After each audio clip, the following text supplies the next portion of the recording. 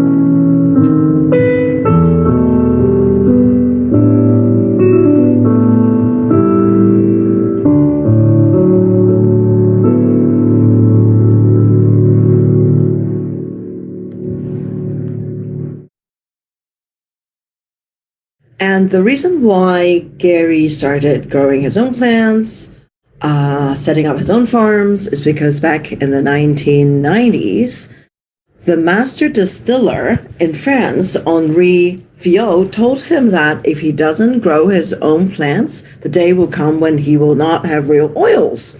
Let's see how that came about, okay?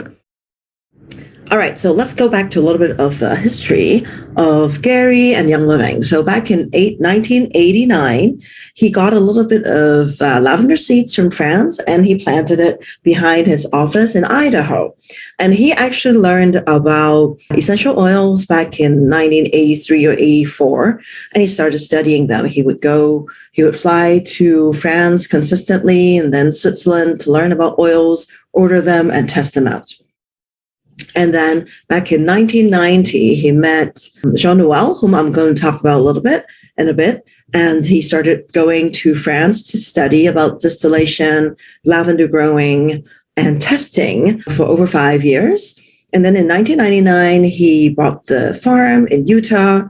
And then he went to Oman. He looked for frankincense. He followed the frankincense trail, went to Oman, and he studied frankincense. And he set up a distillery in Oman, and that's where we got our sacred frankincense. And then between the time 2007 to 2011, he went to set up the farm in Ecuador, and he lived in Ecuador. And there are a lot of oils from Ecuador that we have currently selling now: Ocotea, Cobaiba, Eucalyptus Blue, Dorado Azul, which is exclusive to Young Living, and a lot more. And then 2015, because we ran out of black spruce, he went to Fort Nelson, British Columbia in the winter colds, and he set up the farm in Fort Nelson. And unfortunately, in 2018, he passed away due to complications of an insect bite from the year 2010 or 2009.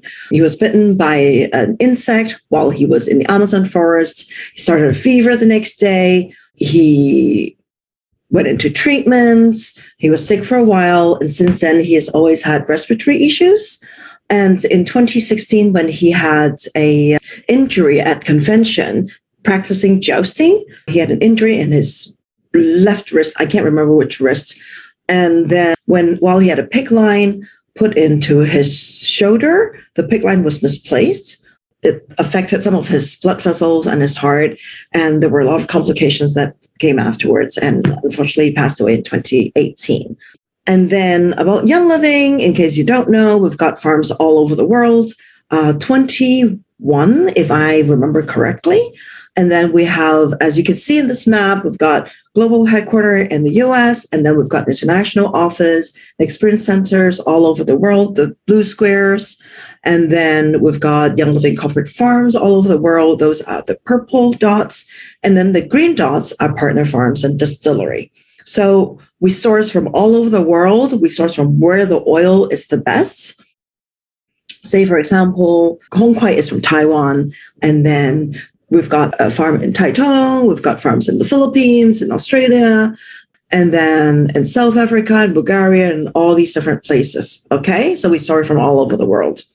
Okay, about seed to seal, we obviously start with actually not the seed, but the soil, which a lot of people don't know. Gary's always talked about how important the soil is to the seed, to growing the plants. It's not only the seed quality that affects the plant, it's actually the soil quality that affects the plants. And the purity of the water, the temperature and weather of growing the seeds and growing the plants, because each plant requires a different kind of soil. For example, lavender needs limestone, because limestone actually traps the heat from the noontime, and then at night, underneath the ground is still hot, but outside is cold. So that's really where lavender really thrive, and helichrysum actually. And so the ground, we always use 50-year virgin land, and then the soil, Gary put nutrients, microbes, minerals, and we have to make sure that the pH of the soil is correct for that specific plant. And then after we grow it, and it has to be grown with love and care, because he has shown the workers that if we do not show love and care, the oil quality isn't as good. And I can attest to that, because I've been to a lot of farms and a lot of different image harvests. When we say grace to the tree, it's much easier to cut, and the oil quality is much higher. And we have a lot more oils. And then the harvesting, when we're harvesting, we also have to treat the plants and with respect and love and care. And we only choose the right time for the right harvests what Gary does is he checks the bricks of the plant before we harvest it. And then the harvesting method, for example, lavender has to be harvested, I can't remember how many inches from the ground so that the soil and the root stays healthy. And then whether it's being harvested by hand or by machine or by horse and winter harvest, also will affect the quality of the oil. And post-harvest, it means if that plant should be immediately distilled, or it can be kept under the sun or under the shade, whether it needs to be turned once or twice or 3 times, how long it needs to go under the sun or under the shade to dry, or whether it needs to be distilled immediately. All affects the quality of the oil. And then during distillation, obviously the shape of the cooker may affect. Gary has found that the round top of the distillation cookers do not work as well. That's why he changed all of them to the funnel type. And he actually once jumped into the steamer, the cooker, to watch how the steam travels. If you go to our St. Marie's farm, you'll see that each cooker has a different bottom, because that's how he studied how the steam traveled. And whether the plant materials is packed. And obviously, I think a lot of you have heard of the 3 really, really key item that would affect the quality of the oil is time, how long you distill it for, the pressure, and the temperature. And apparently, when we distill plants, most of the other companies who are not very stringent about their qualities, they just distill it until the oil comes out. Whereas Gary has found out that the most therapeutic compounds actually come out at the end of the distillation. It's sort of like breastfeeding. If you have breastfed, you know how we always say that the heavier and the more nutritious milk actually comes out at the end of the feed? That's sort of how it is. That's how nature works. And then also post-distillation, and then we filter it by hands and we test it. We test it along the way of distillation. We test every batch of oil, and some of the oils needs to be mixed together, and then we test again. And then once everything passed, it gets delivered air freight to headquarters to the D. Gary Young Research Institute. And then they get tested again. And I'm going to talk a little bit about that. And let's find out how Young Living source our products. I got this information out of the Young Living website, but probably not everybody has looked at it. So we source them through verifying the seeds, and we have a third-party substantiation to make sure that everything is as how Gary has set them up to be. And the authentication of the land, some of our testing actually can test whether that oil comes from that land. It's pretty amazing. And the agricultural practices, how to harvest, as I said just now, the harvesting, the seeding, and the growing, it's all about the sourcing. And we've got partner firms who have signed contracts with us, and we have teams who go out there, scientists and legal teams who go out there and make sure that they're following our protocol. And then the sourcing, when Gary was researching on plants, he would put in enzymes. And all these photos I got out of this book. If you haven't had this book, you can order it from your VO. The second edition is written by Mary. It's much thicker. This is the first edition that was written by Gary. We were very, very excited when Gary wrote this book, when the first one came out, because I always had to follow him around the world, and I followed him around the world between the year 2011 and 2016. While he was traveling, wherever he was, you could nearly see me next to him. And I was seeing him so often. I traveled with him over those 5-6 years, like 30 times. I was seeing him like every 1 or 2 months. And they're like, "Joanne, don't you live in Hong Kong? Why are you always here?" I said, "Well, it's only a flight away." And so these books, you really, really have to get your copy, because it will take me like 10, 12, 13, 15 hours for me to tell you everything. And so what I'm going to tell you now is just the key points. So what Gary have studied is that when he puts enzymes and foliage feeds, microbes controlling pH and the nutrients to feed the soil, the plant actually behaves differently. And you can see in this photo that the longer E has everything that is being fed on it. And you can see in this photo that they treat it with frequency, they treat it with biogenics, and they treat it with biogenesis and frequency. And you can see that the leaves are much more abundant, the plants is much healthier. And this is what Young Living does. And on the right, it's a weather station that Gary is so proud of. He installs this in Ecuador. It studies the UV and he compares the UV to the bricks. Who does that? Like he compares the UV, he studies the UV, the weather, the humidity. I remember he told us, and the temperature, the pressure, and the daylight time of each day. And then he tested against the oils, the plants. Also, and which I haven't actually talked about here, is that the altitude and the latitude also affects the plants. In the book, he would have talked about it. In fact, peppermint cannot grow in very high altitude because the menthol level is quite low. But Gary managed to grow it in Utah, which is quite high from sea level, and still get really high menthol. So that's the stuff that Gary did.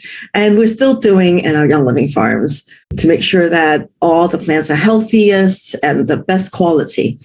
And then how he sourced it, other than finding seeds, and now he also sourced a lot of our oils from aromatic plants and that were grown in the Amazon forest. I have made a little video to show all of you how he sourced from the Amazon forest. Headed deep into the jungle on the northern frontier of Ecuador, going into the Colombian rainforest, where there's a lot of guerrilla warfare because of the drug trade. But where it's the most dangerous is where the best oils grow.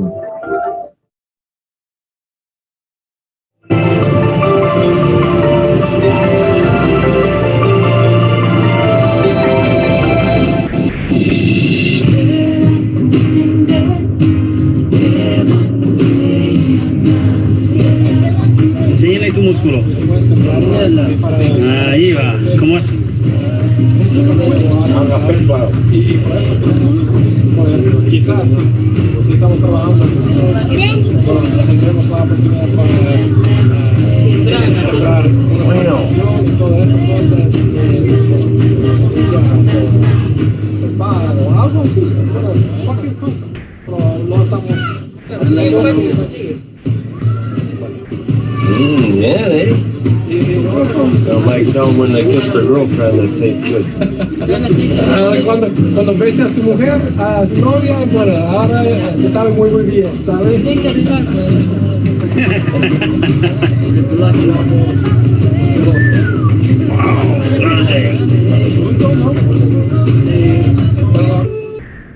Milk.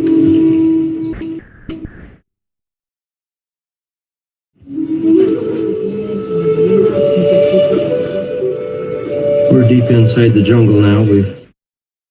We came upriver about 45 to 50 miles,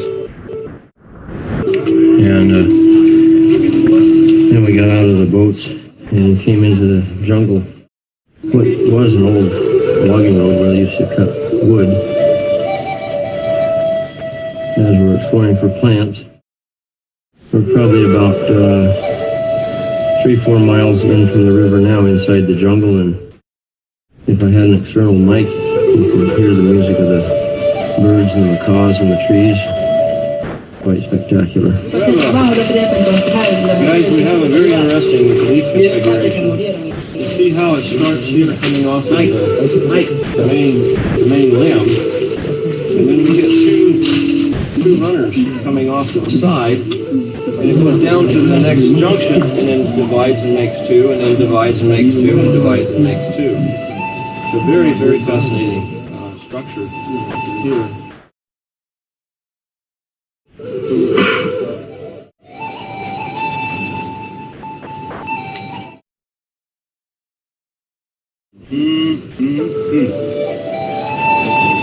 So good.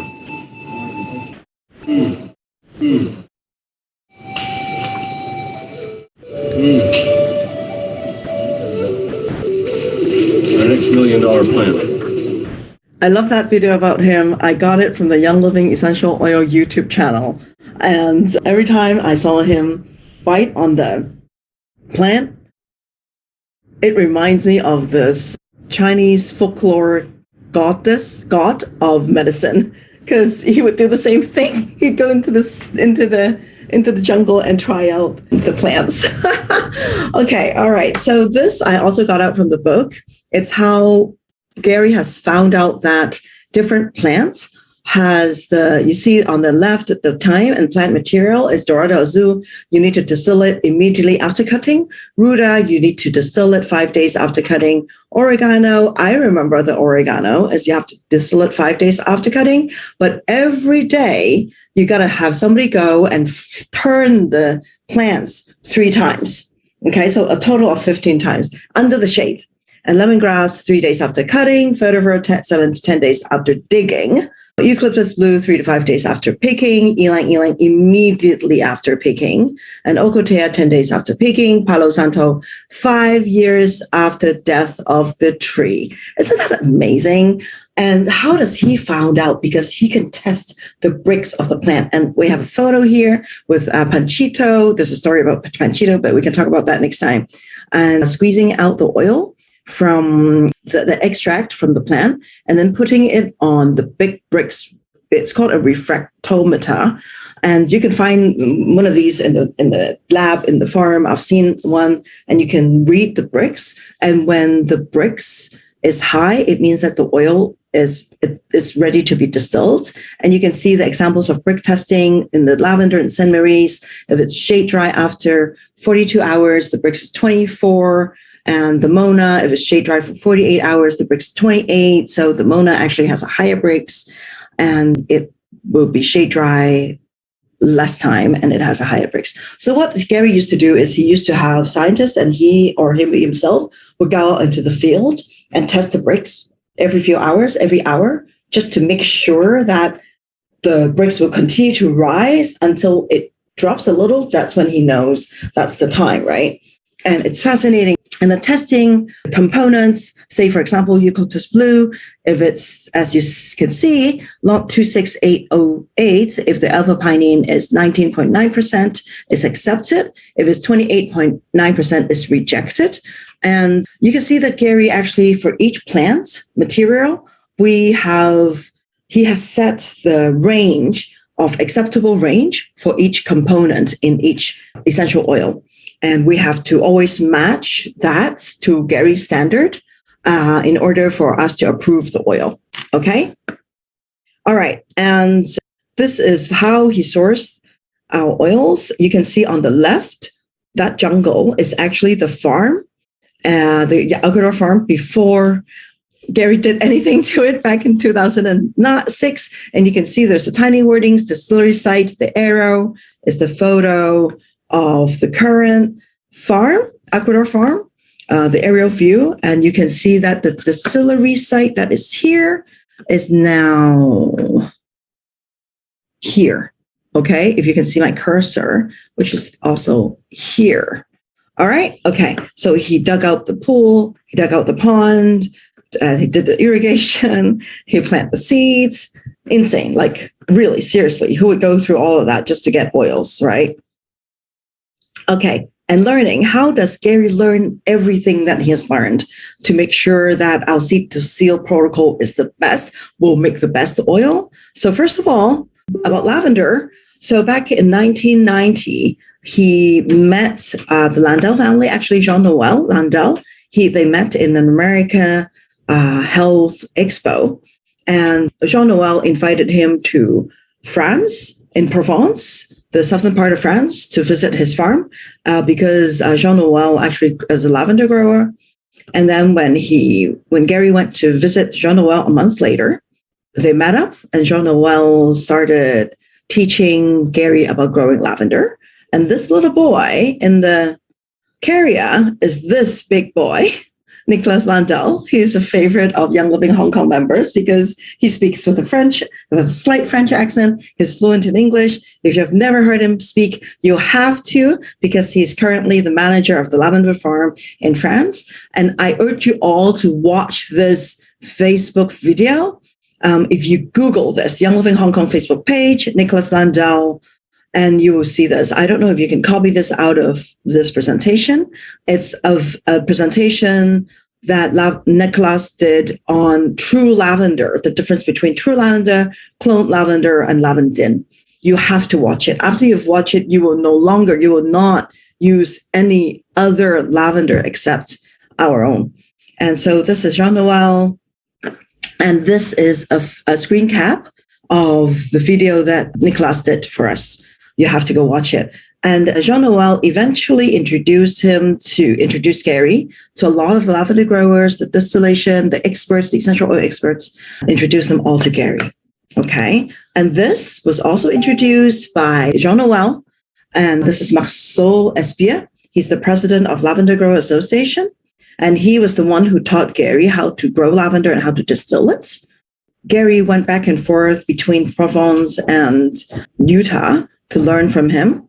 And there's another story for another time, and how he eventually, after 5 months, he would teach Gary what he wanted to learn. Because, in the old days, the French people did not like to share the knowledge and the wisdom with people who do not speak French.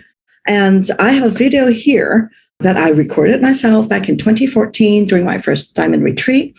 And we went to visit the farm in Provence. And Jean-Noel was there, and Jean-Noel brought Madame Espio, and he brought us to meet with Gary, and it was a surprise for Gary. Gary didn't know that he was going to see Mrs. Espia. And unfortunately, Marcel has passed away a few years before that. And so I still remember Gary said it's been a few years since Gary has seen Mrs. Espia. And also before Marceau passed away, he was invited to Young Living Convention, and on stage, Marceau Espia said the student has now become the teacher. That means that actually he's now learning how to distill really, really amazing oils from Gary. And that's really, really something that was very encouraging to all of us to hear.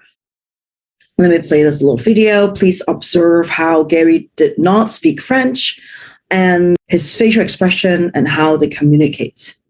Marcel's wife, Martha, and she's the one that would take care of me while I was here, feed me, make sure I ate.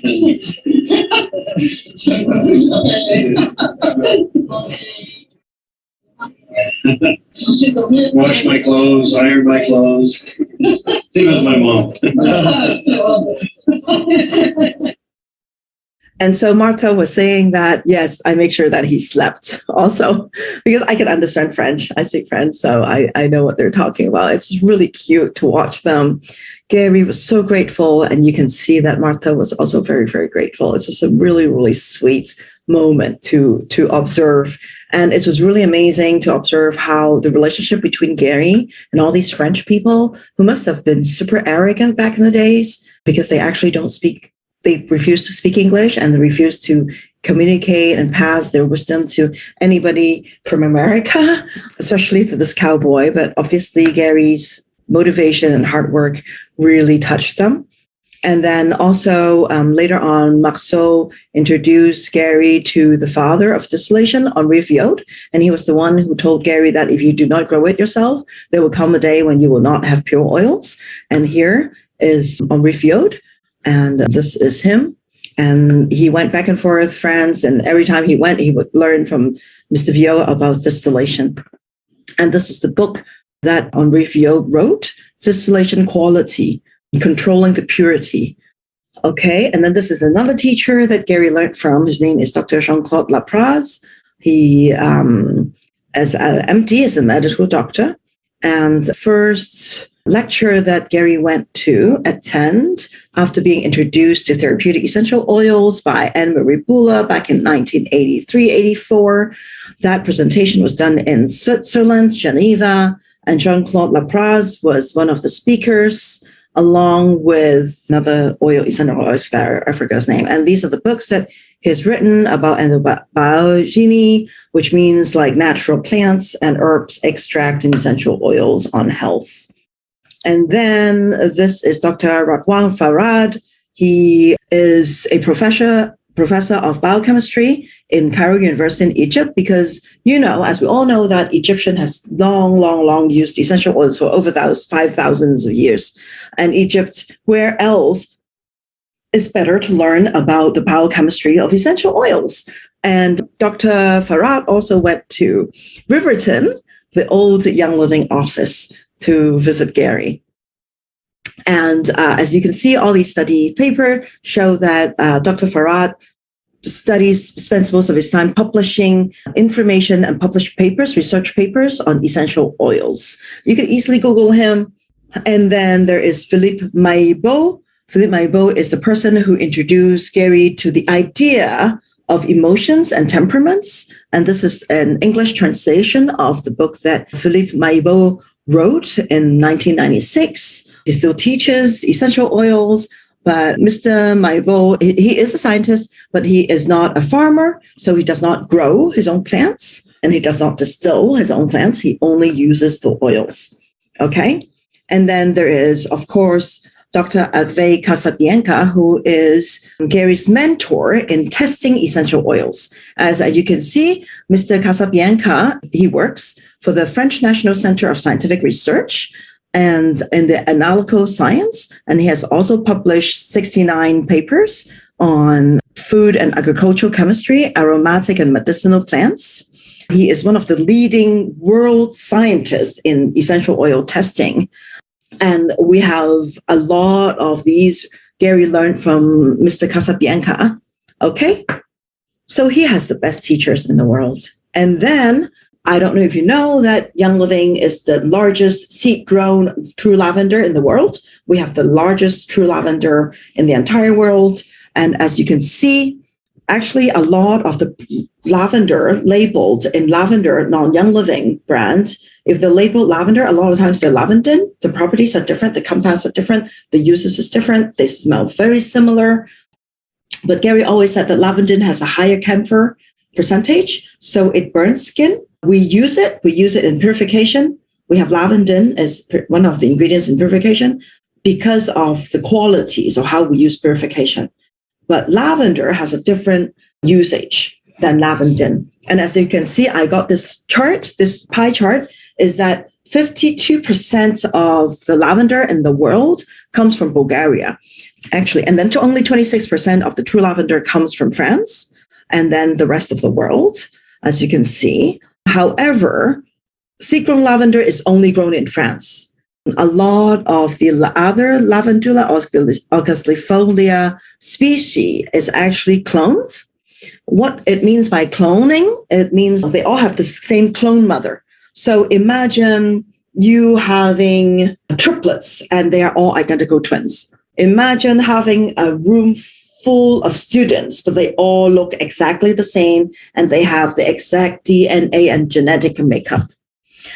And imagine all of these students continue to be cloned for 20 to 30 years. So everyone in the world is cloned from that same plant, that same person. Whatever that person's illness has, whatever health profile it has, it is being cloned all over the world. And that is what cloned lavender is. That's why I urge you to watch the video that Nicholas did for Young Living Hong Kong, because that's what he talked about. And the lavender, the Lavandula augustifolia that is grown in France and our Young Living farm is the largest seed grown, okay? Most of the Bulgaria lavender is cloned. I don't know about the ones in China, but how can you tell is when you look at the farm and they all have the same shade. Because Lavandula augustifolia, true lavender, is supposed to go from the shade of white to blue to purple, light purple to dark purple. If you go to a lavender farm that has all the same color, it's either lavandin or it's cloned lavender. It's not true seed-grown lavender, okay? And also another thing is for the seed to seal, our quality is assured by both our legal department, our science department, okay? And we also always consistently have a third-party quality audit to make sure that everything is followed as it has been set out.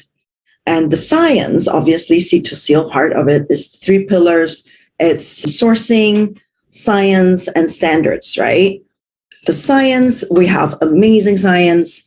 First of all, is partnership. We have established really good science and sourcing relationship with our farms. And then we have binding agreements with our partners. And we spent millions of dollars on our cutting edge testing equipment. And we continue to audit our farms and our testing. And I love to talk about this because we have over 50 highly trained research scientists in our D. Gary Young Research Institute. A science team of 10 is big. A science team of 30 is very big. A science team of 50 in a privately owned essential company is unheard of. Okay. And we also, not only do we do the testing in-house, we also do third-party testing. Young Living works with more than a dozen of the world's leading independent accredited labs with highly skilled and trained scientists. I know that one of the science labs that we work with also work with the FBI to catch criminals because you need science. It's like CSI, right? And then all of our oils and all of our products go through at least 13 types of different testing. I know that a lot of people talk about GCMS, but to test essential oils. But the best way to test essential oils is not only with GCMS. That's our first step. That's the basic thing that we do. We also put them through like different heavy metals, different types of spectrometer, the ICP-MS, all of these you can see at Young Living warehouse visit because that's where our lab, part of our lab is, and also the headquarters, we also have a lab. The one machine that I want to talk to you about today is the IRMS, the isotope ratio mass spectrometer, the one that I've pointed out with a red arrow here. The reason why is because it's a really, really amazing equipment. The equipment by itself, one machine costs over $1 million US.